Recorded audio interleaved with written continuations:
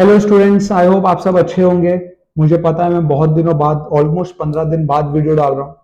उसका एक रीजन है। ठीक है, उसका रीजन क्या है वो मैं एक शॉर्ट बना के डाल दूंगा, तो आप वो जाके देख लेना।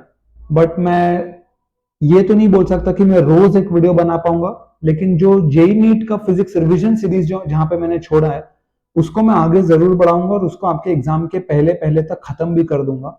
ठीक है, ये मेरा आपको प्रॉमिस है और मैं ऐसा बिल्कुल करूंगा। इसलिए आप चैनल को फटाफट से सब्सक्राइब कर लो। और अभी हम अपने जेई एडवांस 2025 के सोल्यूशन की सीरीज को आगे बढ़ाते हैं।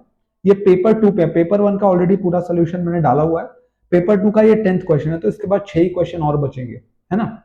तो ये क्वेश्चन पढ़ लेते हैं। लेंदी क्वेश्चन नहीं है लेकिन ये अच्छा क्वेश्चन है।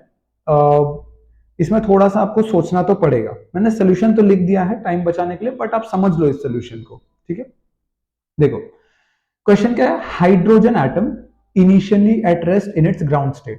तो हाइड्रोजन एटम है, एक इलेक्ट्रॉन है आपके पास, ग्राउंड स्टेट में है, तो इसकी जो एनर्जी है वो -13.6 ईवी होगी। अब ये अब्सॉर्ब करता है एक फोटोन को जिसकी फ्रीक्वेंसी V1 दिया है या F1 दिया है। ठीक है, तो फोटोन आ रहा है, फोटोन आके हिट कर रहा है, तो यहां से फोटोन आके हिट कर रहा है इलेक्ट्रॉन को, यानी कि इलेक्ट्रॉन अब्सॉर्ब कर रहा है फोटोन को, एक ही बात है। और फिर वो फोटोन क्या करता है, ejects the electron with kinetic energy 10 electron volt. मतलब जिसकी एनर्जी पहले -13.6 थी वो 10 ईवी के एनर्जी से बाहर आ रहा है। इसका मतलब वो फोटोन में एनर्जी कितना है, 23.6, क्योंकि -13.6 अगर उसकी इनिशियल एनर्जी है तो 13.6 तो लग गया उसको बाहर निकालने में, और एक्स्ट्रा 10 एनर्जी के साथ वो बाहर आ रहा है, तो उसमें आपने बम्बार्डमेंट कितने का किया है, 23.6 इलेक्ट्रॉन वोल्ट का। तो पहले का आपको क्या मिल गया, एनर्जी मिल गया पहले फोटोन का। The electron then combines with a positron. Positron क्या होता है, ऐसा एलिमेंट जिसका चार्ज पॉजिटिव है लेकिन मास इलेक्ट्रॉन का मास होता है, उसको हम पॉजिट्रॉन बोलते हैं। ये कंबाइन होता है पॉजिट्रॉन के साथ, क्या, इलेक्ट्रॉन जो 10 इलेक्ट्रॉन वोल्ट से बाहर आया वो कंबाइन होता है पॉजिट्रॉन के साथ।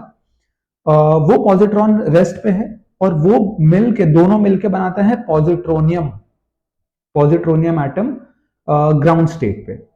और जब ये पॉजिट्रोनियम बनता है तो उसमें से एक फोटोन बाहर निकलता है जिसकी फ्रीक्वेंसी क्या है, F2 बोल लो, V2 बोल लो। अब the centre of mass of the resulting positronium atom moves with the kinetic energy of 5 electron volt. मतलब जो पॉजिट्रोनियम है उसके पास एनर्जी कितनी आ गई, 5 इलेक्ट्रॉन वोल्ट की एनर्जी आ गई। क्लियर है, उसके पास एनर्जी कितनी आ गई, 5 इलेक्ट्रॉन वोल्ट की आ गई। पहले तो रेस्ट पे था, लेकिन जब ये 10 इलेक्ट्रॉन वोल्ट से निकला ये इलेक्ट्रॉन और पॉजिट्रॉन के साथ पॉजिट्रोनियम बनाया, तो वो टोटल जो एनर्जी आ गई है ना पॉजिट्रोनियम एटम की, रिजल्टिंग एनर्जी 5 इलेक्ट्रॉन वोल्ट की आ गई। ठीक है, it is given that the positron has the same mass as that of electron, ये मैं बता चुका हूं, and the positronium atom can be considered as a Bohr atom in which the electron and positron orbit around the center of mass. Okay, considering no other energy loss during the whole process, the difference between two photon energies is, तो पहले photon का energy तो अपने को पता है 23.6, बहुत आसान था। अब दूसरा जो फोटोन बन रहा है, ये फोटोन बन के सर है, देखो साइमल्टेनियसली एमिट्स अ फोटोन, क्या, पॉजिट्रोनियम बनने के प्रोसेस में एक फोटोन भी बन गया। तो मैंने प्रोसेस यहां पे लिख के दिखा, ये इलेक्ट्रॉन है जिसकी एनर्जी 10 ईवी है, ये एक रेस्ट पे ग्राउंड स्टेट पे पॉजिट्रॉन से मिलता है और एक पॉजिट्रोनियम बना देता है। क्या बना देता है, पॉजिट्रोनियम, और साथ ही साथ एक फोटोन भी बना देता है। ठीक है, अब देखो होता क्या, अब इसकी एनर्जी क्या है, इसको अलग से पढ़ाया जाता है। इसकी एनर्जी आप ये, क्योंकि है ना ये दोनों घूम रहे हैं सेंटर ऑफ मास के अकॉर्डिंग, यहाँ पे लिखा भी है ना, यहाँ पे लिखा है देखो, electron and the positron orbit around the centre of mass. तो ये जब घूम रहे हैं इनको टू स्टार सिस्टम जैसे, टू बॉडी स्टार सिस्टम जैसा ट्रीट किया जाता है। तो इनकी जो एनर्जी का फॉर्मूला लिखा जाता है -13.6 Z² upon n² into mu upon mass of electron. ये क्या है, एनर्जी एट स्टेबल, जब वो स्टेबल होता है, प्लस इसमें कुछ काइनेटिक एनर्जी भी है, प्लस इसमें क्या है, कुछ काइनेटिक एनर्जी भी है।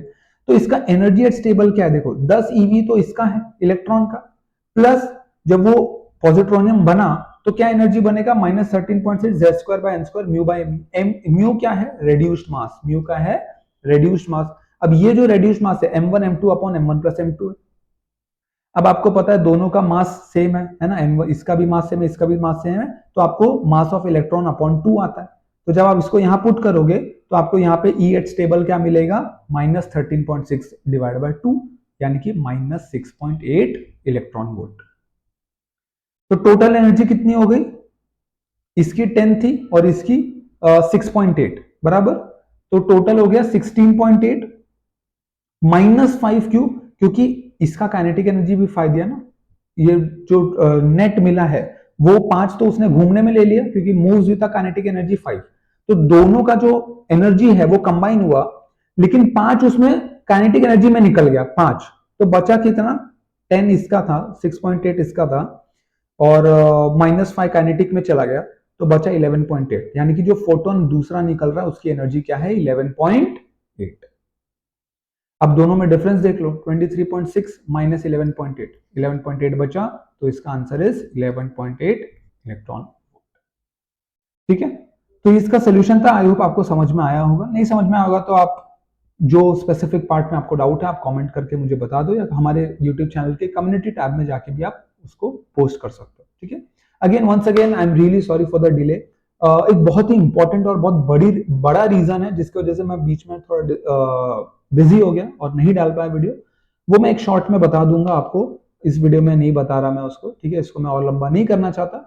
आई होप आपको ये वीडियो पसंद आएगा, और JEE NEET revision series definitely आ रही है पूरी, उसको हम पूरी खत्म भी करेंगे, आप बस उसको देखते रहो, अपने फ्रेंड्स के साथ शेयर करो, आई एम श्योर उनको भी इसकी बहुत जरूरत होगी। और ये वीडियो अगर आपने यहाँ तक देखा है तो thank you very much, channel को सब्सक्राइब करो, लाइक करो, यू नो द ड्रिल। सबसे इंपॉर्टेंट बात, पढ़ाई करना मत भूलना।